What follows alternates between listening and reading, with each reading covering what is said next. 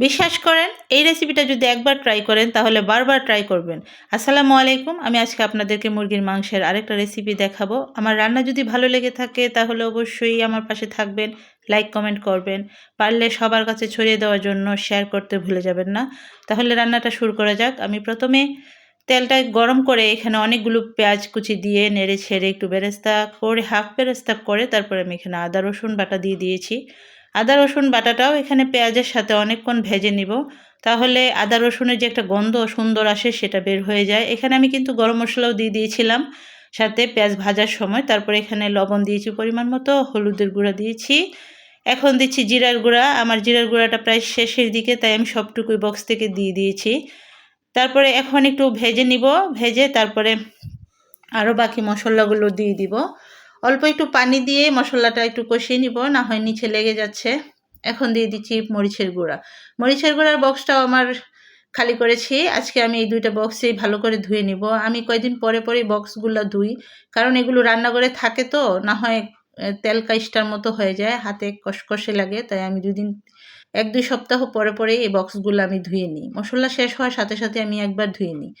আবার একটু পানি দিয়ে মশলাটা ভালো করে কষিয়ে আমি এখন মুরগির মাংস আর আলু দিয়ে দিচ্ছি। আপনারা কিন্তু এই রেসিপিটা একদিন হলেও ট্রাই করবেন। আর এই রেসিপিটা যারা ঝাল পছন্দ করেন তারা কিন্তু ঝালটা অবশ্যই বেশি করে দিবেন, না হয় একটু মিষ্টি মিষ্টি লাগবে। আর যারা ঝাল পছন্দ করে না তাদের জন্য তো এই তরকারিটা সোনায় সোহাগা, কারণ একটু মিষ্টি মিষ্টি লাগে। ঝাল ছাড়া রান্না করলে একটু মিষ্টি মিষ্টি লাগে, তাদের জন্য অনেক মজা হয়। মাংসটা ভালো করে মশলার সাথে মিশিয়ে আমি এখন একটু ঢাকনা দিয়ে রান্না করব। ঢাকনা দিয়ে একটু কষিয়ে দেখুন তেলটা যখন একটু অল্প উপরে উঠে এসেছে তখনই আমি দিয়ে দিয়েছি এখানে দুটা বড় সাইজের টমেটো।